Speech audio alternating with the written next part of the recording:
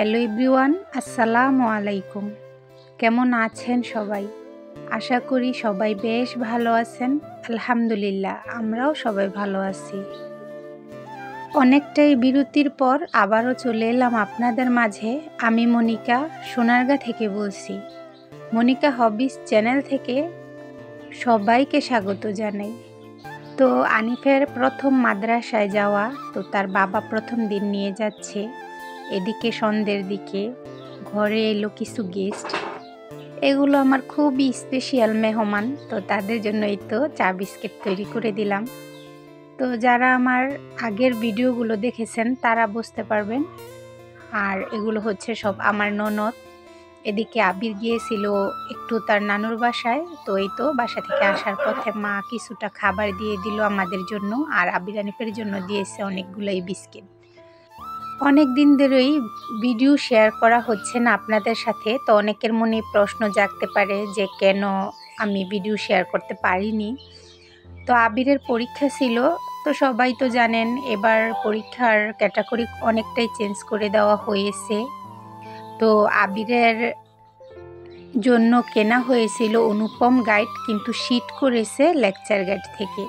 তাই আবির মোবাইল দিয়ে অনেকগুলোই প্রশ্ন নামিয়ে এগুলো পড়াশোনা করেছে। তো যার কারণে আর আমার মোবাইলটা ধরা হয়নি।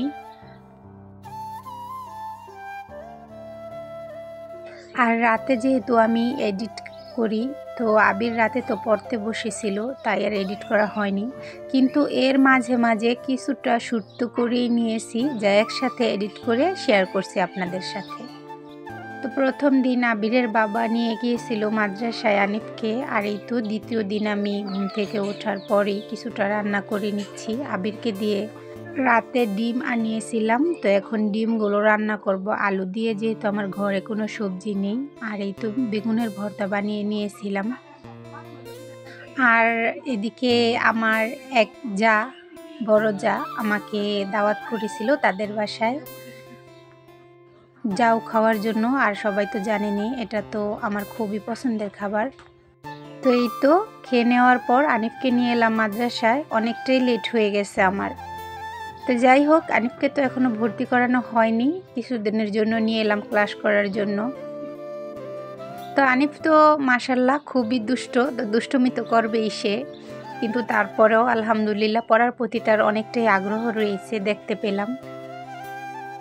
এই মাদ্রাসাটা আমাদের বাসার পাশেই, তো হেঁটেই আসা যায়। আর অনেকটাই কাছে থাকার কারণে আমি নিয়ে আসতে পারছি। তো সবাই আমার ছেলেটার জন্য দোয়া করবেন, তার যেন আল্লাহ মেধা শক্তি বৃদ্ধি করে আর মনোযোগ দিয়ে পড়াশোনা করতে পারে। তো এমনটা আবিরের সাথেও করেছি, অনেক দিনই তার সাথে এমনটাই ব্যস্ত জীবন কাটিয়েছি। তো মাঝে দিয়ে 2-1 বছর আলহামদুলিল্লাহ ফ্রি সময় কাটিয়ে নেওয়ার পর এই তো আবার শুরু হলো আনিফকে নিয়ে। তো এদিকে দুপুরের দিকে বাড়িতেই আমার চাচি শাশুড়ি রান্না করেছে খিচুড়ি, তো সবাই নিয়ে এলাম খিচুড়ি তার কাছ থেকে। খিচুড়িটা খেতে খুবই অসাধারণ ছিল।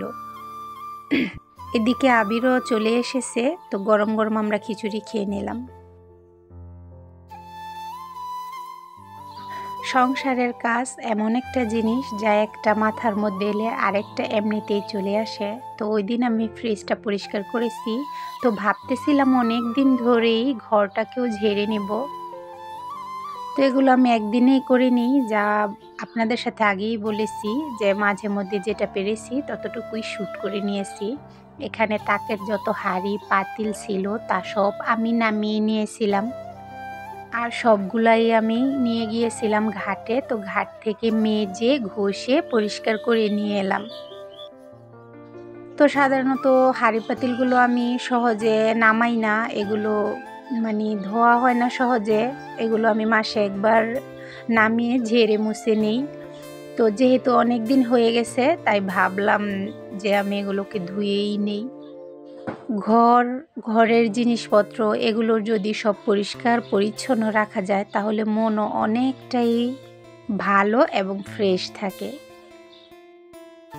তো এগুলোকে আমি ধোয়ার পর এভাবে ঘরেই রেখে দিয়েছিলাম, যেহেতু আমার দিন ছোট থাকার কারণে। আবারও আনিফকে নিয়ে গিয়েছিলাম মাদ্রাসায়, আর আবিরের এদিকে পরীক্ষা, তার জন্য আর বাহিরে দেওয়া হয়নি, কারণ বাহিরে দিলে আমার কি হতো, একদিনে এগুলোকে আবার উঠিয়ে ফেলতে হতো তাকে। তার জন্য আমি এভাবেই রেখে দিয়েছিলাম। এই তো এগুলো আমি বিকেলের দিকে ধুয়ে রেখে দিয়েছি, আবারও পরের দিন গুছিয়ে রেখে দিব তাকে। তো একদিনেই তো আর সব হবে না। এই তো এই প্লাস্টিকের গুলো আমি এভাবেই রেখে দিয়েছি, এই সাইডগুলো আর ধরিনি, এগুলোকে আবার কাল ধরা হবে। আগে হাঁড়ি পাতিলগুলো ধুয়ে রেখে দিব, তারপর আবার এগুলো নামিয়ে নিব। আমার ঘরে টুকিটাকি জিনিসপত্র যতটুকুই থাকে তার হিসেবে ঘরটা কিন্তু আমার অনেকটাই ছোট।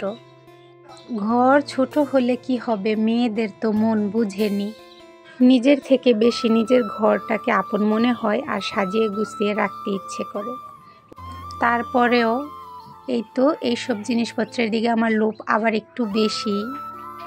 তো যখন নিজের কাছে টাকা ছিল, যা পেতাম কিনে নিতাম। তো এখন আর আগের মতো হয় না, এখন আগের তুলনায় কেনাকাটা অনেকটাই কম করা হয়। তো যাই হোক, যা আছে তাই গুছিয়ে নিচ্ছি। তো এদিকে আমি নিয়ে নিয়েছিলাম প্লাস্টিকের এগুলো ধুয়ে। তো ধোয়ার পর এই তো সব কিছু গুছিয়ে রেখে দিচ্ছি। হয়তো বা এক ভিডিওতে শেয়ার করছি, কিন্তু এগুলো কিন্তু আমার ক্লিন করার জন্য প্রায় 4-5 দিন লেগে গিয়েছে। তো মাশাল্লাহ, ধুয়ে নেওয়ার পর যেন আমার ঘরটা ঝকঝকে হয়ে গেছে। সব কিছুই ধুয়ে মুছে পরিষ্কার করে নিলাম, আর মনটা অনেকটাই ফ্রেশ হয়ে গেল। তো আজকের ভিডিওটা এখানে শেষ করছি। সবাই ভালো থাকবেন। আল্লাহ হাফেজ।